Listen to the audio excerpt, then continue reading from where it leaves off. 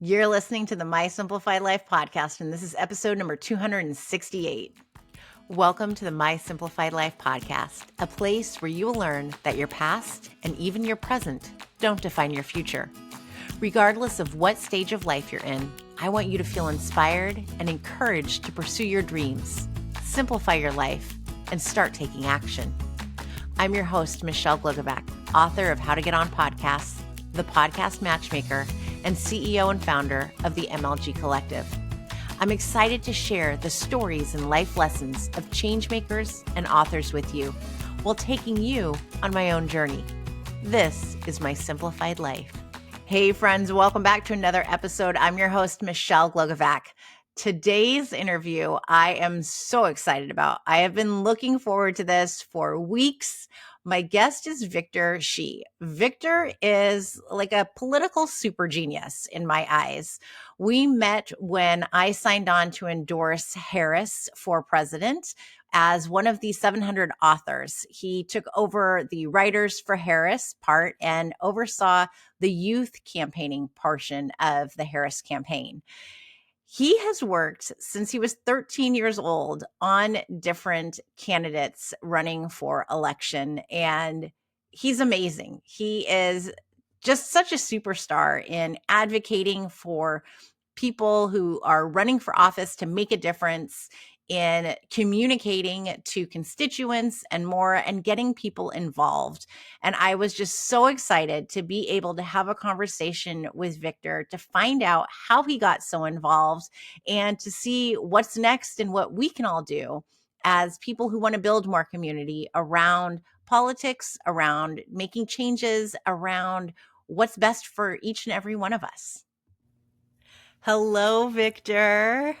Hi, Michelle. It's so great to see you. Thank you so much for having me today. It's so great to see you finally. I feel like we're best friends and we're family. And I always say that if I have your phone number and we can text, then we're a new level. And we have Yes. already been there. We've accomplished that level. So usually that Absolutely. level comes after an interview. Well, no, it's so great. I mean, it's the awesome part about social media is that, you follow someone and then you get to talk to them in real life or talk to them through this platform. And so it's great to finally meet you through a screen. And then hopefully one day we can actually meet in person too. Oh, we totally are. Can you take a moment to introduce yourself to everybody, since I'm already like, I know who you are. We're family. We're friends. Yeah, so I am a 22-year-old. I graduated from college this past April from UCLA. I'm originally from Chicago, where I was born and raised, born in the suburbs of Chicago, and then my family and we moved to the city of Chicago my senior year, or after my senior year of high school. So I've been here for about 4 years. As of today, I most recently worked on the Harris campaign, where I was doing a lot of youth communications. And then at the end, I took on this Writers for Harris initiative, which is how we met, actually. And so I'm grateful that we met through that process and that campaign. And now I'm back in Chicago for the holidays with my family and trying to sort of see what's next. But that's a little bit about me in a nutshell. I feel like you're going to need some downtime. Like, you just had some really intense months. You deserve some breathing room. And yet I know that you're back at it. I know you're out there still doing the things. But I want to go back to, you started this whole political campaigning when you were 13. That's crazy. How does a 13-year-old in 8th grade go, I think I want to go canvass for our candidate? Well, I say this a lot, but it's why I believe so much in the people around you shaping sort of who you are. I mean, up until 13 years old, I mean, I was just like any other 13-year-old. I was like any other teenager at the time, where it was video games, it was being with friends, going outside, just having fun. And then I was sitting in a classroom in 8th grade, my social studies classroom, and my 8th grade social studies teacher ended up talking about, at the time, it was Bernie Sanders and Hillary Clinton versus Donald Trump in the 2016 Iowa caucuses.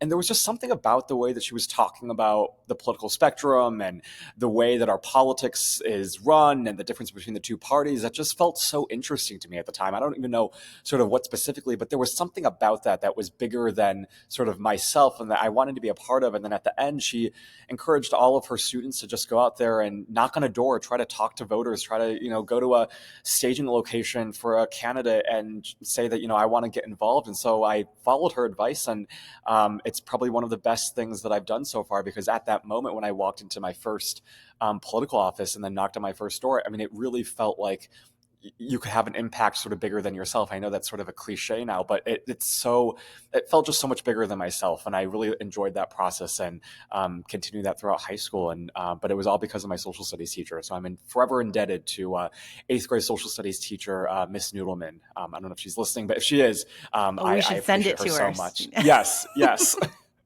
That's amazing. And young people amaze me when they are on, because you truly do make a candidate's campaign. I've watched it here in San Jose with our mayor.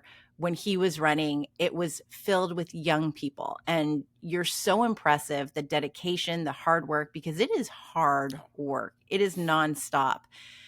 But you give me so much hope that, we have these young people doing this. You're an adult, but you're a young adult, you're not in your 40s going, oh, really? Do we have to go knock on doors? And yet so many people have never knocked on a door in their life. And that's tough. I think especially after we've had the pandemic, where people want to sit at home, people don't want to interact with other people.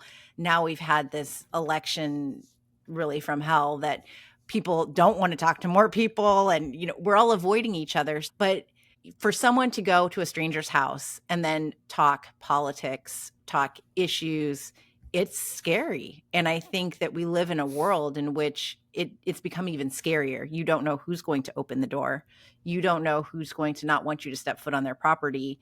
And so we have these young people like yourself who are going out and doing this work.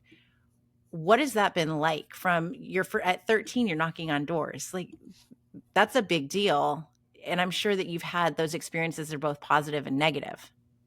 Absolutely. Yeah. I mean, you're so right in terms of the just vast experiences you can have in politics. I mean, one day you'll have an hour-long conversation with someone, and it'll be so meaningful and feel so impactful, and you can feel like, you help them register to vote, and that you help them change their minds. But then other days there are moments where, you talk to someone and it's just totally like door slammed shut in your face, just totally resistant to any sort of message or conversation about the candidate that you're advocating for. But at its core, I think it is just being curious about who people are and what they care about. And that's sort of what politics is. And that's why I'm so grateful. There's so many different ways that you can get into politics. There's door knocking, or you can start, working for a candidate on the communications side. But I really love starting off and organizing. And I think that starting off knocking on doors, talking to voters, is such a good way of just understanding how people, or try to understand how people view the world and live their life, and what makes them vote for a candidate over another candidate, why they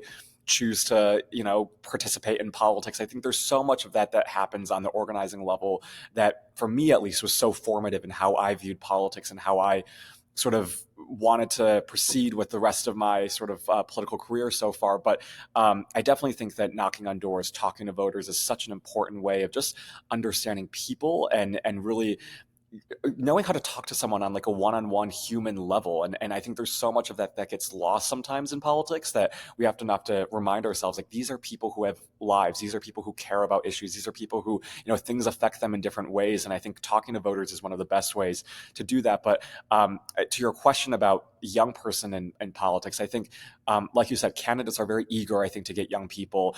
They always need help. They always want people to step in and take action. And young people are, at least in my experience, the young people who do get involved are very, very active. I think they want to help out in any way they can. And candidates, for the most part, and campaigns, for the most part, will welcome any young person with wide open arms, because they know that young people are so crucial, not only for the future of our country, but also right now in this moment too.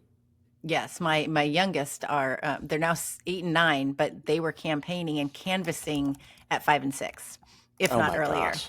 And of course, just a note for everybody, that if you do bring little people with you, the doors don't get slammed in your face. Yes. They're good to bring along and warm people up, I think, for sure. So then we go through high school and you become the youngest delegate invited to the DNC for Joe Biden. Yeah. Kind of a big deal. No, I mean, at the time, it felt so just, there was so much luck in it because the way that people run to become a delegate, it's a very esoteric process. Basically, you have to go, at least, and it's different depending on which state you in. But for Illinois, for instance, you have to go through a whole petition process. You have to gather signatures during the winter time. You're on a ballot with five other candidates. And at the time, they were all state senators, state elected officials. They were all people who were like insiders in politics in Illinois.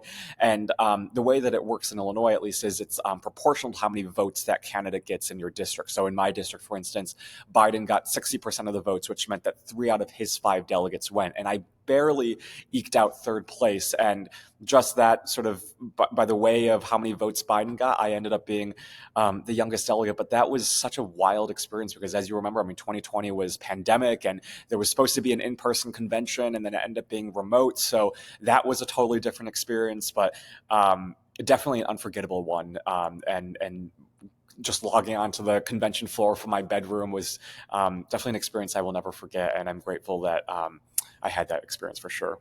That's amazing. And then how did you get involved with the Harris campaign this year? How does that just transition? I feel like people obviously know who you are and they're like, just call Victor. Let him be a part of our team.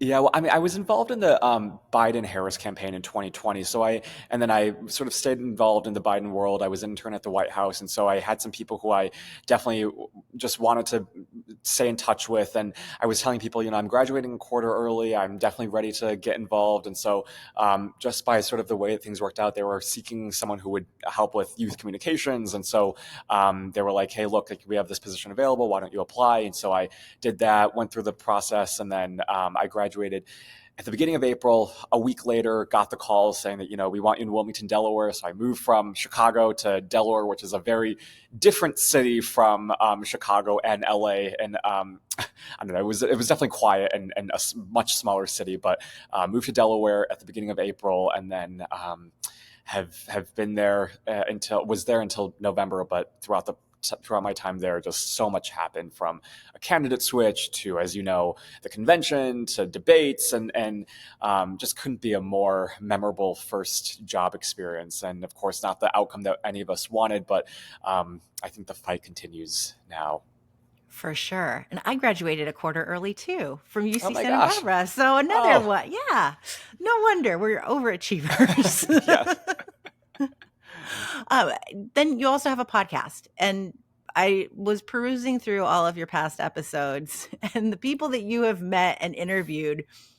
I'm like, oh, I told you before, I'm going to grow up to be you. Um, You and then already are. I want to grow up to be you. No, I did not spend Thanksgiving with Kathy Griffin and Selma Blair.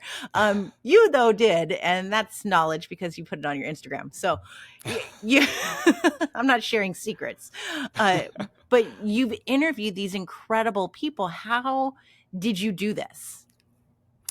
Yeah, I'm sure you can relate just through just reaching out to people, booking people on the podcast. But I no longer do the podcast. I stopped that when I joined the Harris campaign in April, but was doing it for 4 years. It was one of those, like, everyone kind of developed pandemic hobbies. Some people started knitting. Some people did other things that gave them a lot of purpose and fulfillment. But I ended up meeting, through actually running to become a delegate, Jill Wine-Banks, my co-host for 4 years. And we just ended up talking about how, at the time, there weren't a lot of young people supporting then candidate Biden, and but there were a lot of people on the older side who were. And so she was like, how can we create this like intergenerational concept of like getting young people and people across the generational spectrum to support then candidate Biden? And so I was like, podcasts are very popular at the time. We were just booking people from our own contact list. We were booking like people in the Chicagoland area, the congressman I worked for. And then at some point I was like, why don't we look for some other people who can come on the show? And so I started reaching out to more people, and it sort of took off from there. And as you know, once you sort of get one guest, then in your email can say, we've had XYZ person on, and pitch your podcast a little bit more. And so it was just a total journey. And throughout that process, got to meet so many incredible people, from elected officials to writers to authors to people in the news industry, and just have just meaningful conversations. And I love the podcast format because you do get to have those conversations in a way that you can't on cable news, where it's just a minute, 2 2-minute sound bites. So it was definitely one of the best experiences in college, and just loved every second of doing it. And I feel like we saw that play a big part too in this campaign, this election. And I hope that it's going to stick to a certain point. I hope that we're going to see smaller podcasts get politicians on to reach a new audience. Absolutely. I'm not a big fan of some of these bigger podcasters. We don't even mention that name Yes. on this show or in life. He doesn't need any more publicity. But I thought that it was great that both of these candidates started looking at, oh, we need to do podcasts, because I've been saying it for years, but I am just me.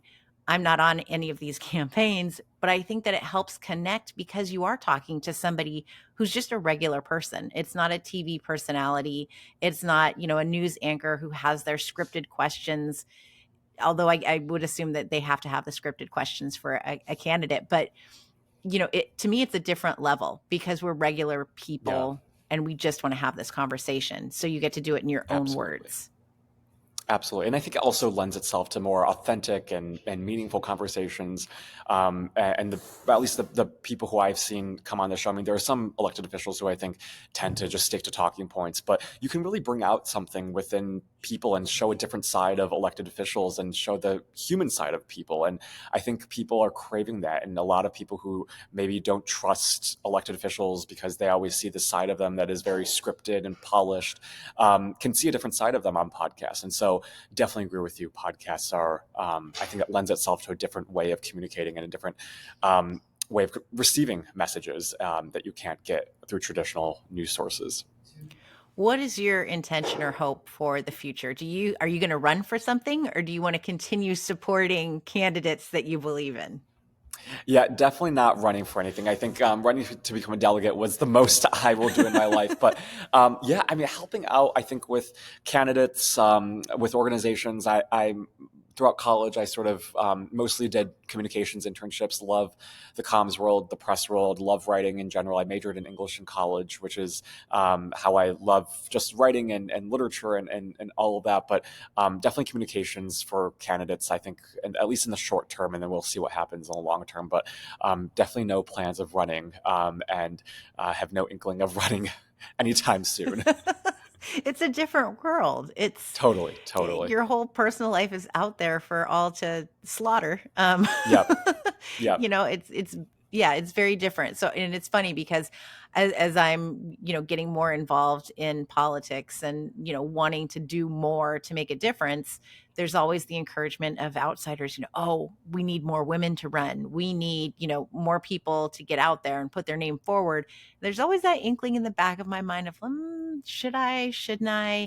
But then I think being in California is also very different because Yeah. at least right now we have a lot of blue, and that's where I would run. In case anyone listening was wondering where I lean, Hmm. it would be blue. Whereas I think that we have other states that I would be more beneficial to, but I'm not moving to go run for office somewhere else. So in that sense, it's like, well, where do you begin? Well, you support the people who are already in office, I think. Exactly. Yep. Absolutely. And there are so many talented people who are either running for office or are already in office. And I think that definitely is the way that we can sort of get involved if we don't run for office. It's just supporting all of the talented, amazing Democrats who I think are on the state and local levels who need support and need all the help that they can. Let's talk about your parents. Like, what do they think of you were 13 and you're starting this? Your parents have to be very proud. I'd be thrilled if my 9-year-old was like, yeah, mom, I'm going to Oh, go and join the campaign. But is this something that was like the norm, or did this take them by surprise? And then to where you are today, are they like, oh, wow, like, the president, you've met the president. yeah, I mean, it's definitely. I mean, so about my parents. I mean, both my parents have no sort of involvement in politics. I grew up in a only family household, so it was just me. And my dad's an engineer for AT&T. My mom is a financial analyst. So they've been in just totally separate worlds. And I think, coming from an Asian household, I think there's a lot of sort of the culture within Asian households is just, do the stable path. Don't, put your head down, do the work. And I don't know. I've always just felt like that was, a lot of my friends did that, but I never really felt fulfilled doing that. I did all the classic math clubs in junior high school and tried out STEM, like science Olympiad for a year, hated that. But I just love people. I love telling stories. I love helping people and hopefully making a positive impact in this world. And I just feel like you can't really do that if you just have a traditional 9 to 5 job at, a company or a corporate company. Like, I just have never really been interested in that. And so when I told them that I was interested in politics, I think at first they had some reservations. They were like, well, it's a difficult path to go down, and it's, of course, a lot of politics is dependent on like who you know, and it's sort of like all the, like, for better or for worse, it's a very sort of insidery industry. And so I told them, well, like, let's just see how it goes. I told them that, I started in 8th grade, and then we'll see how it goes throughout high school, and then in college, maybe I'll end up being a computer science degree or anything like that. But I think they realized by like senior year of high school, when it was like delegate, and then when I started working full time for the Biden-Harris campaign, that perhaps they could step back a little bit and trust me. I think that's such an awesome position to be in. I think as a child, and of course, as parents, having some say over like what your kid is doing is, of course, a good thing. But giving I think, just child or children that freedom to explore what they want to explore, and cultivate their passions and follow their interests is so important. And at least for me, is how I sort of stumbled across that during college, and really found my passion and interest for going down a political route. And who knows, maybe in the future I'll get tired of this, but at least for now, I think definitely grateful that my parents allow me that space and freedom to explore this world. And I think now they definitely are like, maybe it wasn't all for nothing. Maybe not. You're a big deal, Victor. You are. Oh, that's so You've kind. succeeded in so many ways. I'm blown away. And I have to tell you, the sweetest email that you sent me, and I died laughing and I told friends, I had sent you an email and you responded 4 hours later, apologizing on taking so long to reply. And I went, oh, bless his heart. He has no idea. Some of these people take weeks. Like, you're amazing. Oh, thank you. I remember that email. I mean, it was during, it was like the last 2 weeks or last week of the campaign, and it was right in the thick of it. But I remember seeing it, and I was like, I try my best. I don't like when people take weeks to respond to things. And so, like, I try also not to be that person. But it's just, I think, yeah, that was a crazy time, and it felt like forever ago, but it was really only like a month ago, basically. Isn't that sad? We've lived lifetimes during this Yes, time. yes.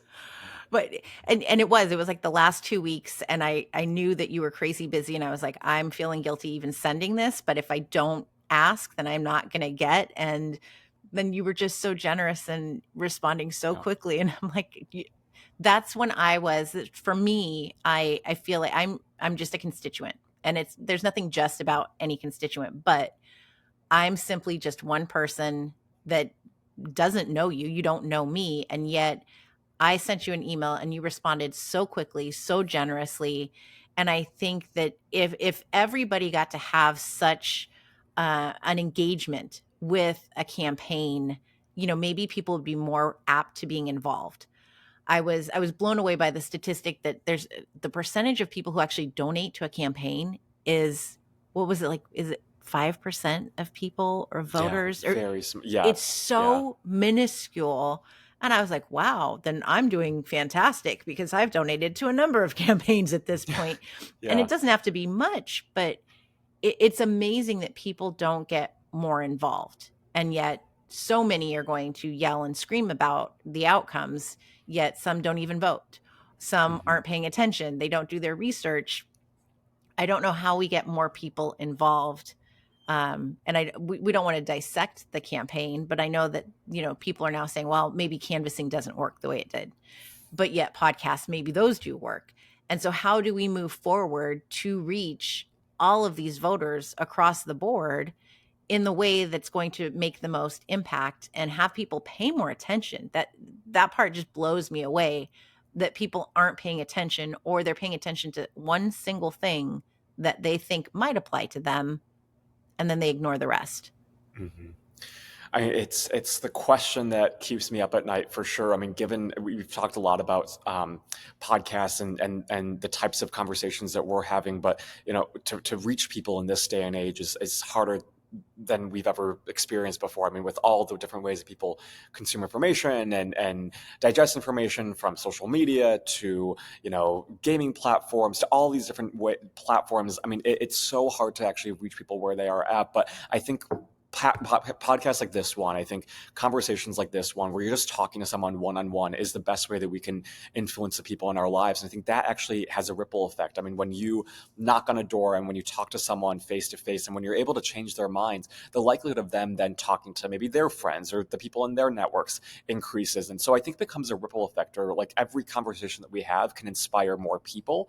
And it's a sure way of knowing that, you can influence someone, right? I think often on social media, I think a lot about, for instance, like, will this actually reach the people it needs to reach? Will this convince that person? Because it is sort of all anonymous. I mean, you don't know who's reading it. You don't know what type of impact that post might have.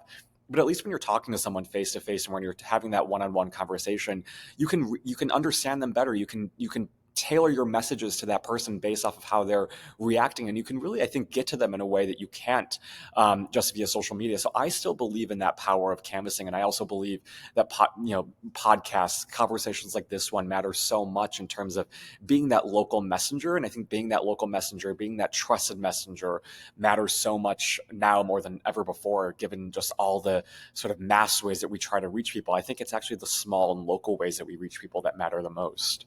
I agree. So when you need to hire a podcast coordinator for the next campaign, you know who to call. Yes, exactly. I Because we're do. going to work together. We're going to do some big Yes, things. I just know it. absolutely. But we Absolutely. and we do need to reach the local. It amazed me here locally. We had some school board candidates that were running, and we had one that was Moms for Liberty. And I did a whole episode on, we need to focus our research on who that is, everybody, and what that is about. That person won. And then there was outrage after the results came in. And I went, yeah, like you got to do your research. And I think that people, whether it's they are overwhelmed with how many ballots there are, and or not ballots, propositions there are, and different candidates, Yeah. this is something that's so important. And I think people, they forget, they take advantage of it. It's just, I'm going to fill in the bubble with whatever, or I'm not going to vote, it doesn't matter. But this is such a huge deal that impacts your life, and especially on a local level. Yes, the big stuff, the presidential campaign is huge, but what's happening in your backyard is really what you need to focus on first and foremost, because it'll trickle all the way up and all the way Yeah. down. Absolutely. So Absolutely. I don't know where we go from there.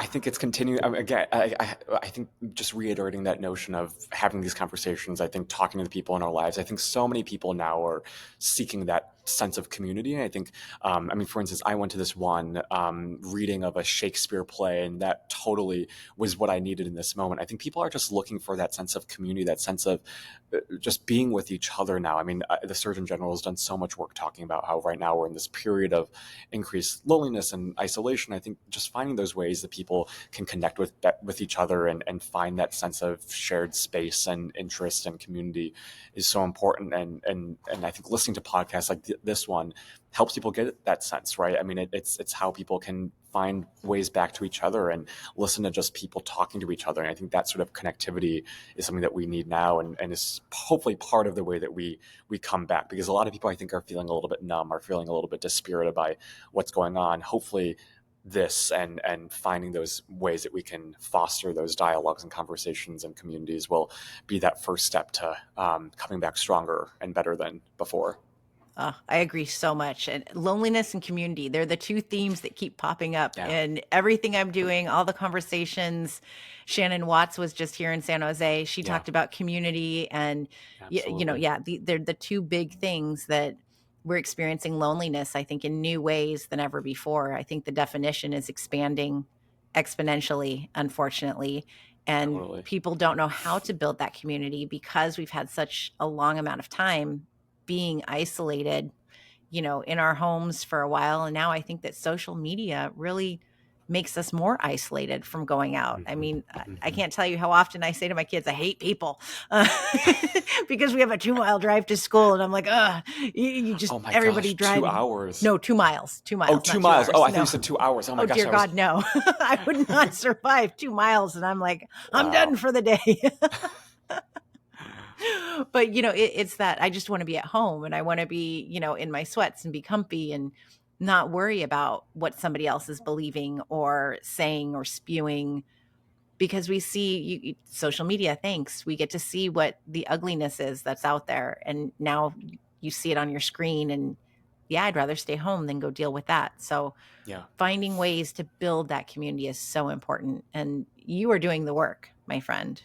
Oh, You're amazing. I will sing your praises. If I was your mom, I'd be like, oh my God, I love you. You're amazing. I'm so proud of you. I'm aw, going to say that though, as your friend and your extended family. I thank am you. so proud to know you and to see what you're doing. It's incredible. Thank you so much. Well, likewise to you. And I mean, truly, I mean, democracy is built up by people doing small things in their communities, and not even small things. I mean, just any action. Like you mentioned that you donated to campaigns and you're doing this podcast and you're helping candidates get elected up and down the ballot. I mean, that is what matters. And that is what takes this democracy being uplifted and being supported by people all across the nation. So I say the same right back at you. Oh, Thank you. thank you. Where can everybody follow you so they can keep tabs on what's next and live through all of your food journeys too? We didn't even talk about your foodie. You make me hungry all the time.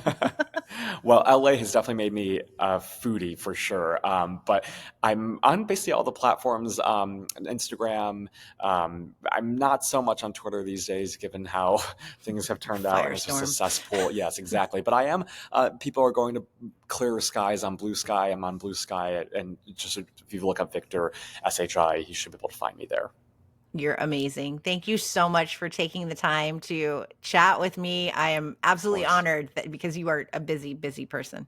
Oh, Appreciate thank you you so so much, much. Michelle. It's my pleasure. Thank you. Friends, I know that right now can feel very lonely. I feel lonely in a lot of what I'm advocating for in speaking out, and I do want to build more community. I think that community is so important right now more than ever before. So I hope that Victor has encouraged you. I hope I played a small part in that encouragement to build that community, to reach out to one another, to do more, to get involved in your local politics, to get involved on a state level, a national level.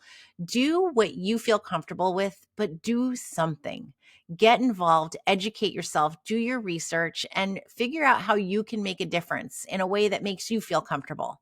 And I really encourage you to go find Victor, search him out, follow him, because he has amazing, incredible information that he shares, knowledge. He also shares a good amount of foodie stuff. So be prepared to feast your eyes on some delicious food around the area and where he's visiting. And just be encouraged by the difference that this young person is making. And as someone who's in her 40s, I want to make a difference and make an impact in the way that Victor's doing. I want to help him continue to make an impact in all that he is doing, because I know he's doing this hard work and he's working for so many of us. So I encourage you, it's a new year. Go out, do something, be the change that you want to see.